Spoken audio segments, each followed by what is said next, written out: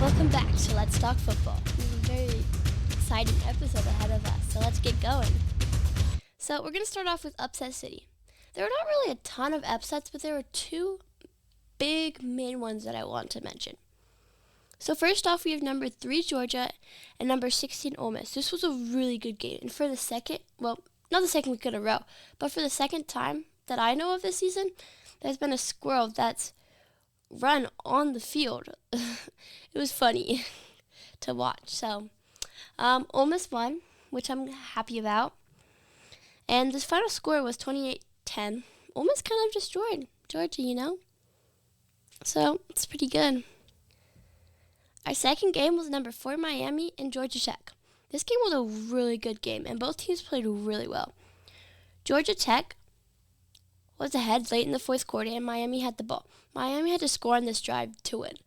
So Cam Ward, the quarterback, was getting pressured, and then he absolutely sold and dropped the ball. Georgia Tech retrieved the ball.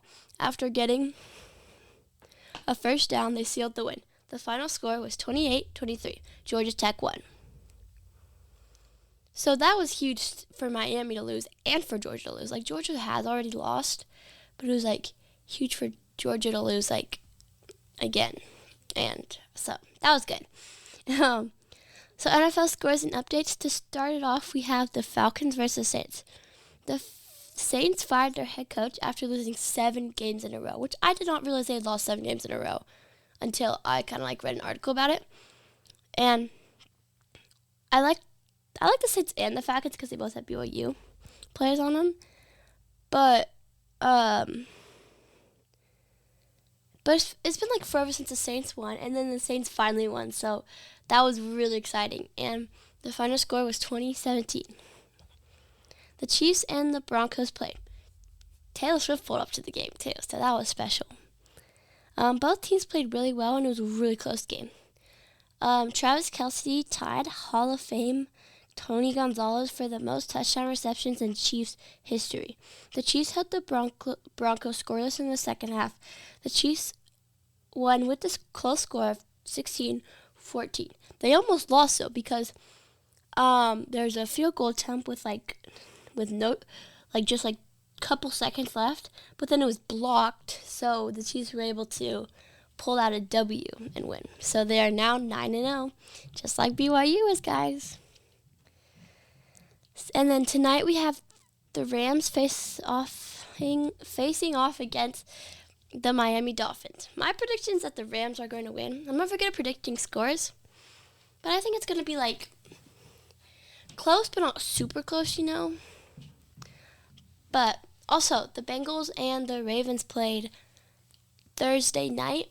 The Bengals sadly lost 34-35, but it was a really good game, and both teams played extremely well. And I do wish the Bengals won, but they played really well.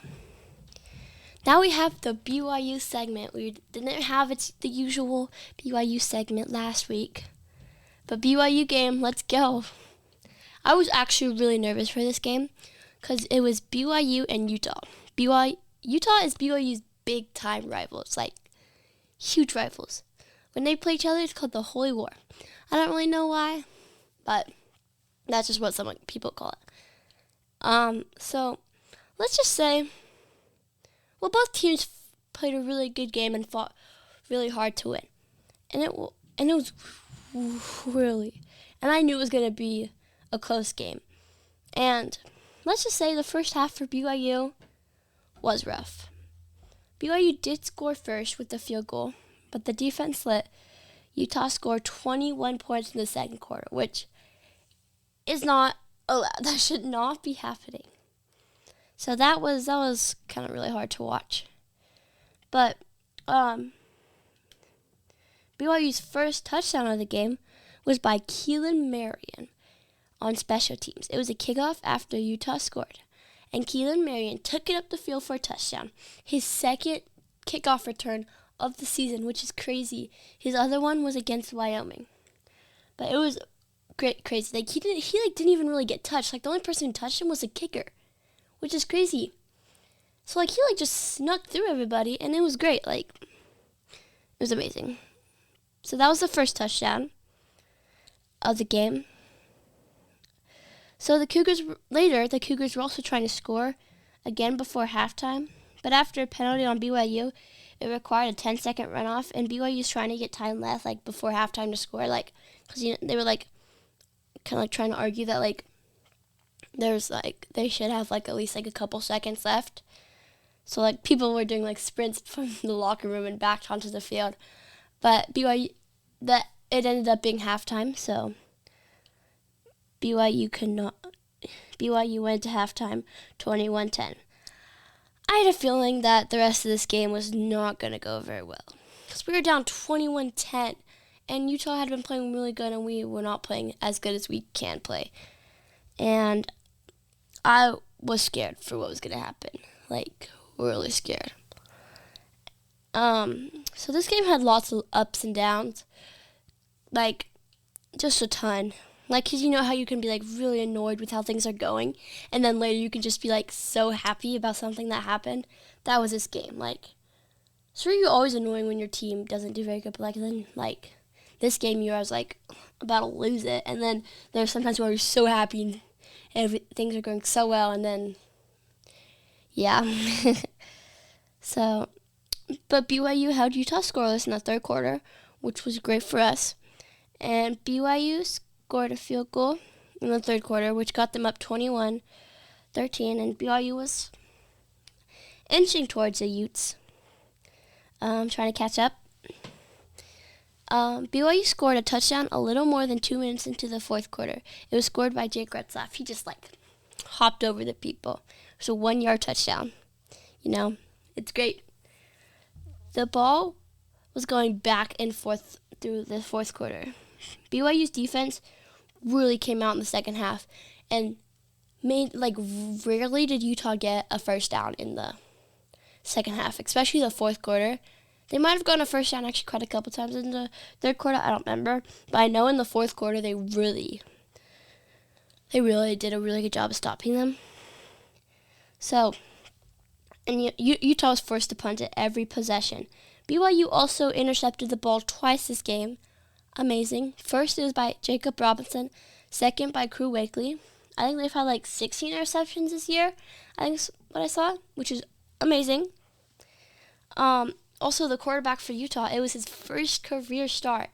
And it was like, what the heck? And so, that was kind of crazy.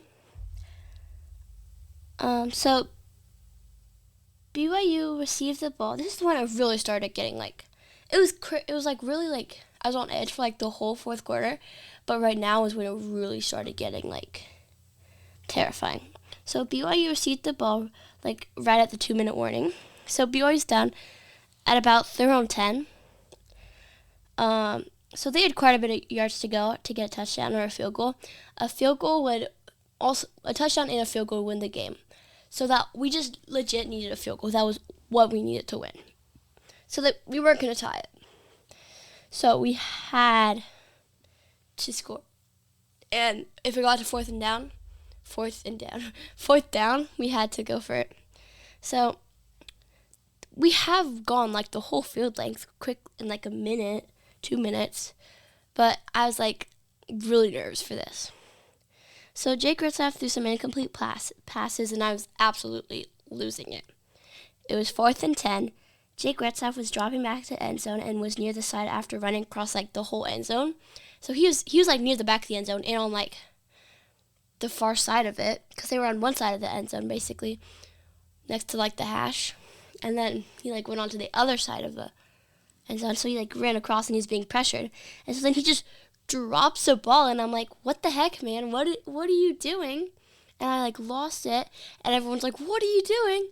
But luckily, Jake Retzlaff knew what was going on, and Claudia Stockton had called a timeout before the play, before they snapped the ball, so like that kind of saved us. So we had one more chance. 4th and 10 still after the timeout. Jake Retzlaff snapped the ball, and then he was being pressured, and he was sacked at the goal line. Like he got sacked, and then that was it. I thought, like, legit. I was like, oh, no, do we actually just lose to Utah? Is there's still some way we can win this game? Because there's still like a minute 30 something left, or a minute, like it was over a minute left, so it could happen. And I was like, no, we cannot just lose to Utah like that. And I was hoping there was some way we could win. Turns out that there was a flag on the play, and I was like crossing my fingers, pleading, please, please be on Utah, please. And so the ref comes on the mic and says, holding defense. And I was like, yes, let's go. And then 10-yard penalty, automatic first down. Let's go. The joy I felt, oh my goodness, I was so happy. We just were saved. Oh my goodness. The game was over for us, for BYU. Utah had it, and then someone held, and so BYU was still in. So, but BYU still had like quite a bit to go, so it wasn't over yet. After an incomplete pass, Jake Retzoff threw a great throw to Chase Roberts, who slid and got his hands under it for a 30-yard reception. One of the other BYU receivers, though, tried jumping up to catch it, because I think he probably thought it was himself. But he did not touch it, luckily, and it went to it went to Chase Roberts. And this is what we need Chase Roberts for. He is amazing. Like, legit, he just got us like 30 yards. So he like slid under to catch it. So BYU was at their own 49-yard line. So Jake Retzoff passed to Darius Lassiter for a 12-yard gain, and Darius Lassiter was like near the sideline, so he just stepped out. And first down, BYU's at Utah's 39-yard line. Next play, Hinkley Rapati runs for 14 yards. He did like a little flip in the air, which is like really cool. It's like someone tried getting him down, and then he like flipped. It was really cool. There's a really good picture I found that's on my background, so it's great. They were now after Hinkley Rapati's run, they were at Utah's 25-yard line. But then there was a flag, a snap infraction on BYU. Honestly, Jake Retzoff just had to get up there and spike the ball, and then they could have kicked a field goal or snapped it or spiked it a couple times. So now it was a 5-yard penalty. BYU was now at Utah's 30-yard line. So Utah denied the 10-second runoff, which was surprising because they said, oh, this will require a 10-second runoff. And then Kyle Whittingham was like, no, we don't want this 10-second runoff because Broski knew that we have a good field goal kicker. So we're at like 59 seconds at this point. And Hinkley Rapati runs for 3 yards. And then Utah takes a timeout, which, why? Why, guys? Like, you're just giving us more time. So actually, Utah's timeouts benefited us. So there's 2 more run plays. BYU was at Utah's 26. It was 4th and 11. The clock was ticking down. The special teams step out onto the field for a field goal try. The ball is snapped. Number 44, Will Farron, kicks it up for a 44 field goal try. The people say how the stadium was silent. Like, it went silent, and then there's just a section of BYU fans that just started cheering. And once it went in, and it was so good, and there's 3 seconds left, so they timed it like almost perfectly, and it was amazing. So BYU is now up 22-21 with 3 seconds left. Will Farron kicks it off. It's a low kick, and Utah receives it. They take it up the field. It was actually a pretty good return. Like, legit, I actually kind of thought that they were going to kind of get all the way. But the thing is, they just kept throwing it back and throwing it back.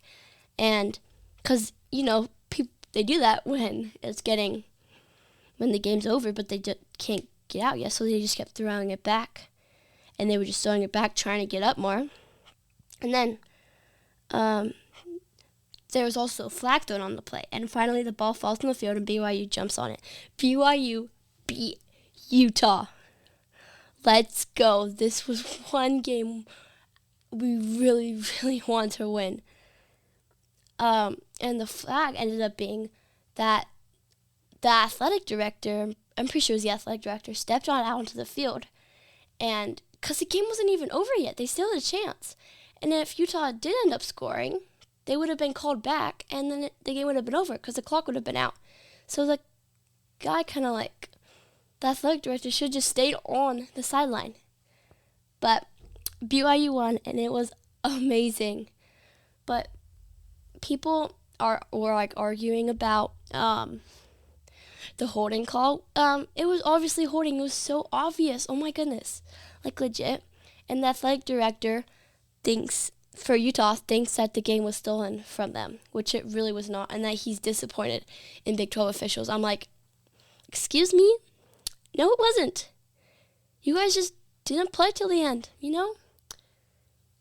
Maybe you guys shouldn't have held at the end, So BYU won, which was amazing, really close and really scary. But BYU, it was scary, but I'm so glad they won and came out 9-0 now. Let's go. Now it's time for Player of the Week. Pow! So this week's Player of the Week is Will Farron. Like I mentioned earlier, Will Farron is the kicker for BYU. He scored the game-winning field goal. Will Farron totally deserves this because he put BYU on top to win against Utah.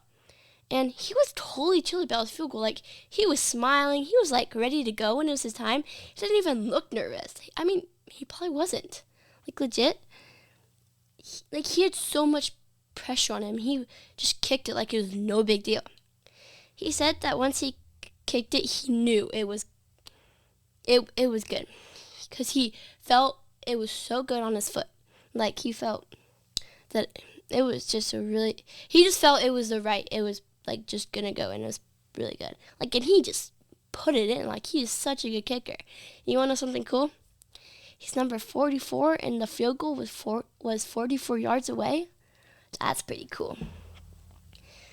So, but he didn't just score the game-winning one. He also scored 2 other field goals in the game that put BYU closer to beating Utah. And then his final kick put him in. Will Farron is just the best kicker. One of his teammates said how Will Farron always takes practice 100% seriously, and he never skips out on practice. It is so amazing that BYU has such a great kicker that they know, and I know I can trust to put it in.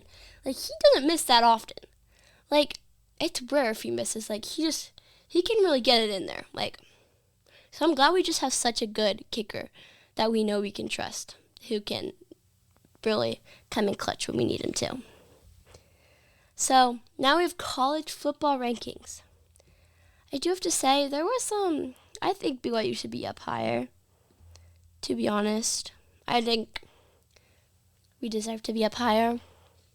But number 1 is still Oregon. Number 2, Ohio State. Number 3, Texas. Number 4, Penn State. Number 5, Indiana. How did they move up 3 spots? What the chickens? Number 6, Tennessee. Number 7, BYU. That's pretty good. Still top 10. But we did move up 2 places, so that's good. But the thing is, which I don't understand. I mean, I guess it makes some sense. But legit, there are I think we should be ranked 3rd because there are teams ahead of us that have legit lost, and I'm that should not work like that. We should be up there. But oh well, don't worry guys, we'll move up. We got this. Number 8, Notre Dame. Number 9, Alabama. I can't believe Alabama's lost 2 games. They kind of destroyed LSU this week though. Number 10, Ole Miss. Ole Miss moved up 6 spots after beating Georgia, which is great. And then Georgia dropped below Ole Miss. Georgia is now 11th. They dropped 9 spots. Jeez Louise. Sometimes when you lose to teams, you can really drop when you're up top. It's kind of bad. And then Miami dropped 8 spots after losing to Georgia Tech. Boise State dropped one spot, and they're ranked 13th. SMU dropped one spot, too, and they're 14th. Number 15th is Texas A&M. Number 16th is Army. Oh, Army's moving up. I feel like Army was ranked, and I saw one time that Army was ranked. I'm like, oh, they haven't lost a game yet? Like, it's not that I think Army's, like, their football team's bad. I just don't expect them to be so good. Number 17 is Clemson. Number 18, Colorado. Number 19, Washington State. Washington State kind of destroyed Utah State this weekend. Number 20, Kansas State. Number 21, LSU. LSU dropped 7 spots after losing to Alabama. Number 22 is Louisville. Number 23 is South Carolina. Number 24 is Missouri. And number 25 is Tulane. Iowa State lost to Kansas.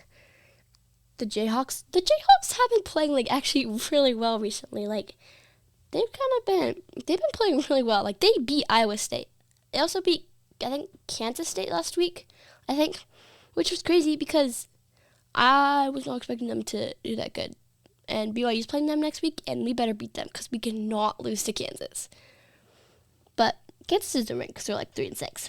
But that's kind of crazy. But yeah, Iowa State is no longer ranked, and they're ranked pretty high up there too. So, pretty good. BYU had a great game. And thanks for listening to Let's Talk Football.